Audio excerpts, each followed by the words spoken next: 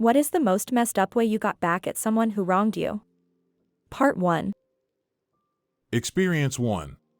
A friend and I were fishing at a local creek when my friend's brother pulled up. Being the butthole he normally was, he started throwing rocks in the creek to scare the fish, and then he threw my friend's bike in the creek. We were 13 at the time, my friend was crying, and I felt so bad. I jumped into the creek and got his bike out, told him we would get his brother back. About a month later we were fishing again, and it was the dead of summer. I told my friend today is the day we get his brother back. Caught a 2/3 pound carp, threw it up on the side of the bank and left it there until we were done fishing. At the end of the night went back to his place. His brother's car was sitting on the street. We took the car, sliced it open and threw it under the driver's seat and rolled his windows 3/4 up. The next morning when we woke and left, I forgot about what we had done. Well, when I rode past JT's car, I noticed the window was kind of black, and then I took a closer look. It was covered in flies. I actually got scared because I did not expect to a window caked with flies. By the time I got home, I was laughing in tears because his brother was always such a butthole to us. Fast forward to baseball practice about 3 days later, my friend had a black eye but smiled at me when we made eye contact. His brother flipped out and ran into his house and punched him in the face. His mom flipped out on his brother. His brother was grounded for the rest of the summer. His mom said that my friend would never do such a thing, and he played along and acted as if he had no idea. The smell never really left the car. We nicknamed his brother Lord of the Flies. Experience 2. Not me, my brother. When my younger brother was about 3, my father had to look after him for the day. The plan was that he, after asking his boss, would take him to work for the day. It was office work, and he was friendly with his boss, so my mom assumed it was no big deal. My father, however, didn't want a toddler distracting him all day, so he left him in the car with the radio on and a carton of apple juice. This is Britain, so it wouldn't overheat, but either way he was being an arse. At the end of the day, he returned back to his car to drive home, expecting a sleeping toddler who wouldn't tell his mother a thing. Instead, upon his return, he found his son jumping up and down on the front seats to the radio on full blast, naked and laughing, slipping around and covered in poop. He had soiled himself, removed his nappy, his fecal matter everywhere. Poop was smeared all over the driver's seat, the windscreen, the steering wheel, the sat-nav, the driver's window, and even hand-printed on the ceiling. Our dad didn't even know that toddlers could even produce this vast amount of turd. The only car seat that was completely untouched was his own. Experience 3. One time when I worked in a small video store as an assistant manager, there was this one customer who was being a real a-hole to the point where I got fed up with his crap and threw him out.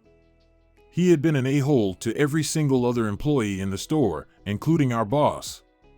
He was just a mouthy, harassing jerk. It would take way too long to go into the details. Anyway, I saw him in a little strip mall nearby one time, and he was bragging to some guys about how he was cheating on his workers' compensation. Then he pulls out this wad of cash and waves it under their noses like a Japanese fan. I got all this freaking free money from lying about my injured hand. What an a-hole. Anyway, if you go into the blue pages of the phone book, you'll find this listing in all capital letters that says, Workers' Compensation Fraud Hotline. And take a wild guess what video stores keep in their records. Full name, home address, and phone hashtag. Not only did I turn this guy in, but was also able to provide great detail as to exactly how he was faking his injury as he explained it to his 2 friends. Experience 4. I moved around a lot as a kid. Dad in the army. Parents divorced. Not staying in one place made long-term friendships impossible. But my situation attracted bullies like flies. I moved to a new school. A bully picked up my scent instantly. Tripping and shoving. Making fun of my clothes.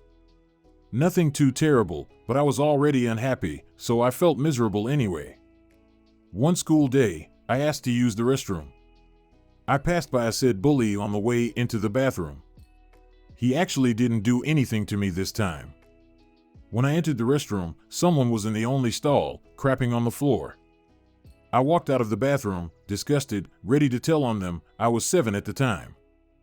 I was ready to re-enter my classroom when an incredible, yet devious idea came to me. I went straight to my bully's classroom and walked inside.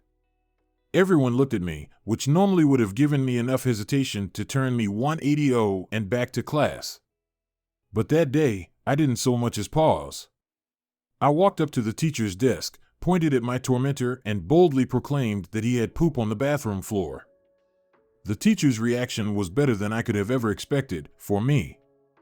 She made him follow her into the restroom while he cried and slobbered out I didn't do it. He's lying, over and over again. She then grabbed a wad of paper towel, handed it to him, and we watched as he picked it up and put it into the commode. She thanked me for telling her and told me to go back to my classroom. This happened about 20 years ago. I still look back at this moment as a turning point in my life. Like I became me then. Experience 5. I worked as a server in a fine dining restaurant in a touristy town in Florida.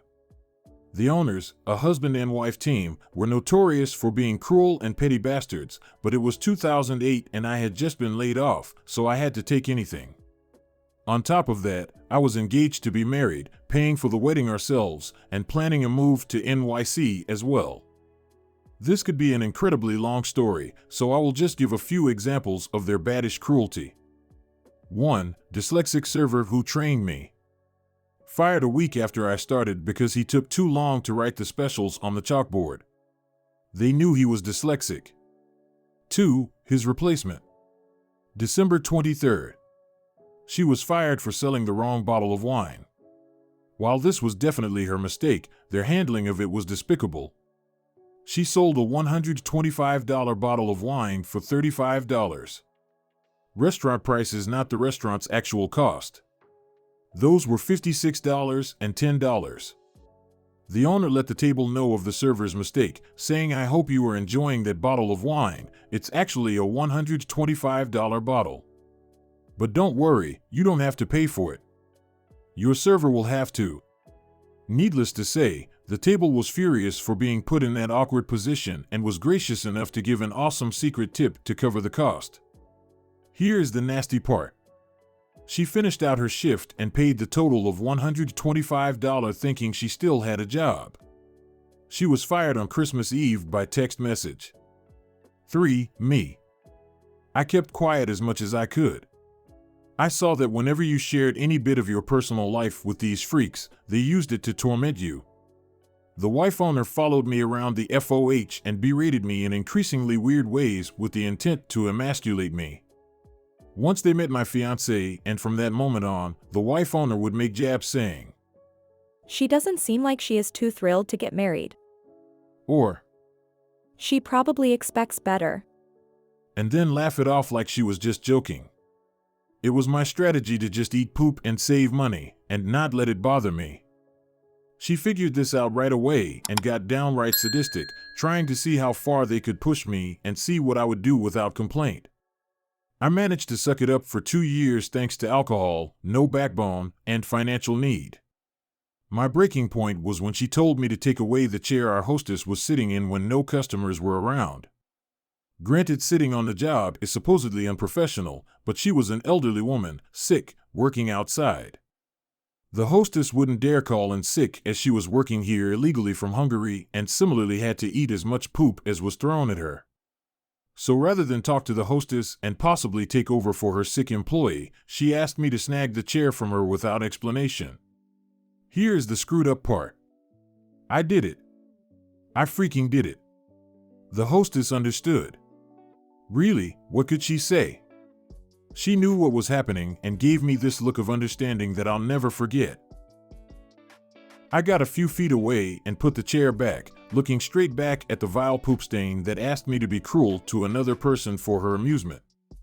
The owner didn't say a word to me about my subordination and gave me the cold shoulder for the rest of the evening. 2 weeks later, I was closing out my tips and receipts with the husband owner. I had counted my bank before cashing out with him as I always did. Everything added up just fine. Turns out he had secretly added in a cash ticket to my till for $150. It showed on the report he printed it 1 minute before running the cash out report. I had only 4 tables, all cash tips on all credit card tickets that night, so it was not hard to keep track of.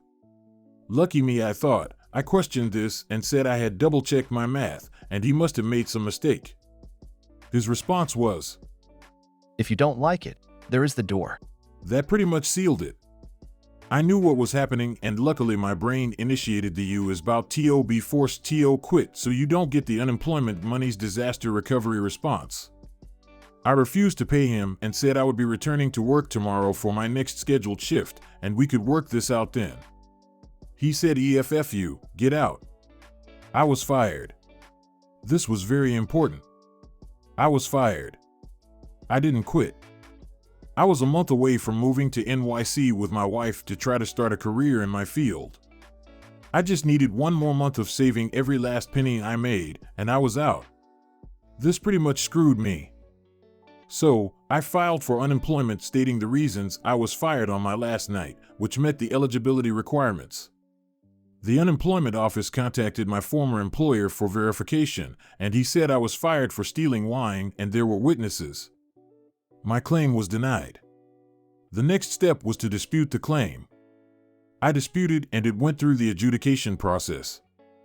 Basically, what amounted to a phone hearing between my former employer, an unemployment caseworker, me, and any witnesses. This is where I got revenge. I knew of the upcoming hearing, and my employer was notified by mail of the date. The letter explained the process and instructed us to line up any witnesses and materials needed for the case. It also stated that you have a period to reschedule the hearing if needed. An unemployment worker explained the process to me over the phone before the letters were mailed. I then paid an anarchist punk guy with beer to steal any of their mail from the unemployment office and bring it to me. Leading up to the hearing, I also reported them to ASCAP for playing copyrighted music in their establishment without paying dues, a fairly hefty fine, and reported some of their more crooked dealings to the IRS. Namely, how the wife owner would use her name as an employee for several of the illegal workers, underreporting earnings, etc. I also dropped a dead fish into their gutters above their patio, waited a week for the rats to appear, and called the health department. At the time of the hearing, the owner was caught off guard and tried to reschedule. He was not allowed to reschedule because the letter, which he never received, stated that failure to attend the hearing automatically results in a ruling for the other party. He complied, and we went along with the hearing without his fake witness. During the hearing, I kept calm, but he lost his temper. I answered my questions in a way to really get his anger going, and it worked. The key question posed to my former employer was, Had he not stolen any property, would you still have fired him? He slipped and said yes, sending the ruling in my favor. A few weeks later, I received my check for all the past months of unemployment. It was enough to get me to NYC. 2.5 years later, I am still married and found an excellent job in my field with great pay, benefits, an awesome boss, and union representation. They are struggling to keep the doors open and have both had a host of financial problems. Experience 6. Another ex-wife story, edit, and some double revenge. During the last year or so of my marriage, I was spending a lot of time out of town, commuting for 3 to 4 days a week for work. One night I was working remotely and decided to do some upgrades on my home computers, so I remoted in and noticed that the connection was really slow. I do some network traces and find that my wife's computer is participating in a video chat with someone in another state, one where she has no family that I know of. My curiosity was piqued, so I started to monitor more stuff, like IM conversations which are not encrypted. Over the next few weeks, I keep my mouth shut as I collect more evidence, mostly Yahoo and AIM conversations. I also had installed security cameras around my house because we had problems with the neighborhood kids, and eventually I caught footage of some guy coming and going from the house, at one point even driving my car. I still keep my mouth shut because I know if I said anything my wife would just lie about it and somehow make me out to be the bad guy. I know who the guy is by now, and I gather more data on him. And then he does it. He plugs his laptop into my network. So, I'm a network engineer and security admin by trade. I know networks, I know how to monitor them, and I know how to fiddle with data. My wife knew this, the guy she was messing around with knew this, but he was still dumb enough to enter my domain and play around on my network. I start grabbing usernames and passwords, email accounts, IM accounts, etc. I reroute all of their web traffic through a proxy so I can monitor where they go and how they log in. Eventually, I hit the jackpot that the dumbass runs a fairly well-known gaming forum that is a major source of revenue for him, and he logs in without using SSL. He thinks it's secure because Bulletin hashes the password before sending it in clear text. However, if you know the hash, you can use it just as well as the password itself. I use his admin username and password hash to log in and make a few admin accounts for myself, naming them something inconspicuous and changing the account creation date to make them look old. At this point, I could have just wiped his entire site, but that would be too easy to fix. Simply restore a backup. No, I had a better idea. Every day I went back and deleted random posts older than 6 months. Then I deleted every post older than 6 months.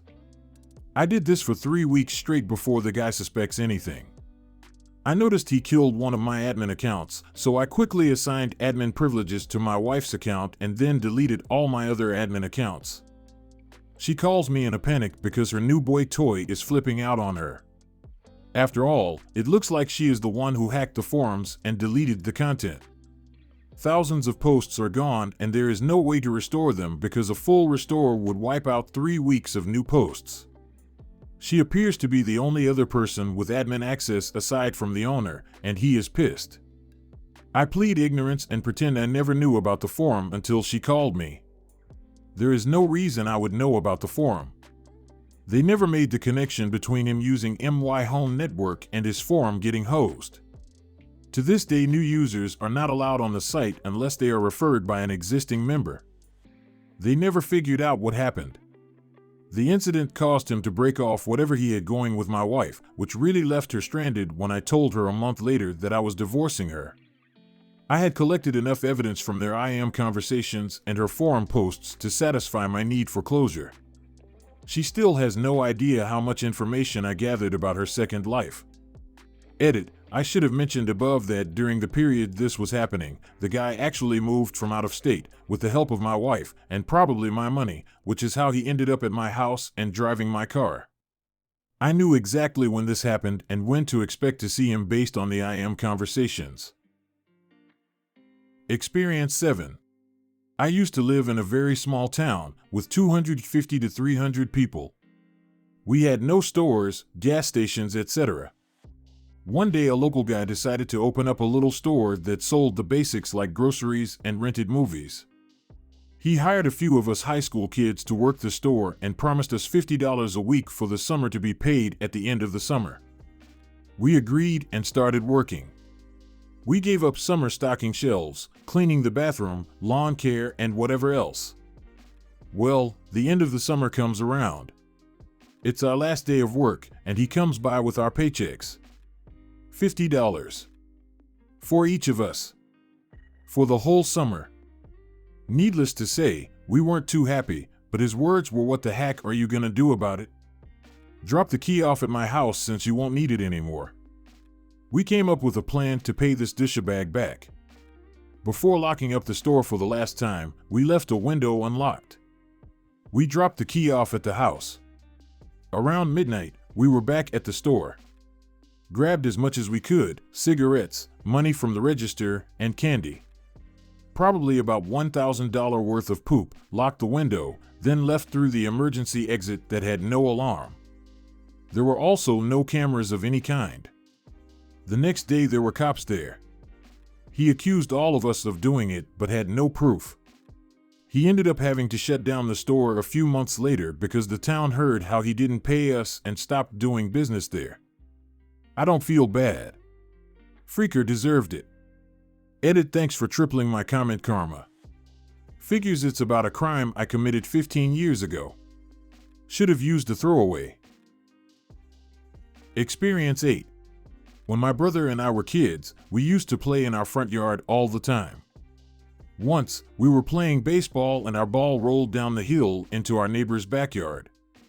Anyway, my brother and I went inside to find another ball to play with. In those 5 minutes, he walked up the hill and pounded on our front door.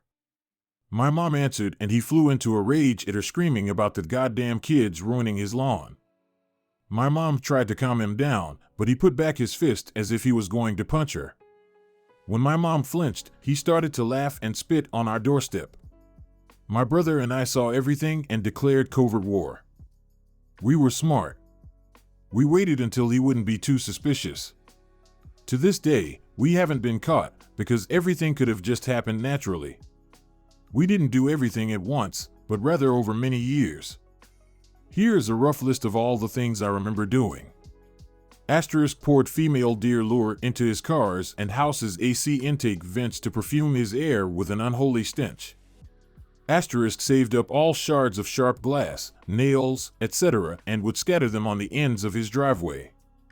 Asterisk bought high-strength / concentrated weed killer and would apply it liberally to his prized shrubs / flowers. Asterisk found his car in public parking lots and threw bologna on it to ruin the paint job. No clue if this one actually worked though. Asterisk collected roadkill and assorted dead critters we found. We had cats and would throw them under the tarp that covered his pool. Asterisk waited until they went on vacation and put sugar all over their doors and windowsills in the hope that bugs would get into the house and nest. I still don't feel guilty. The guy was a huge prick. Still is a huge prick, actually. We hope you enjoyed listening to today's stories. If you want to see more stories, check out these videos or check the links in the description for more videos.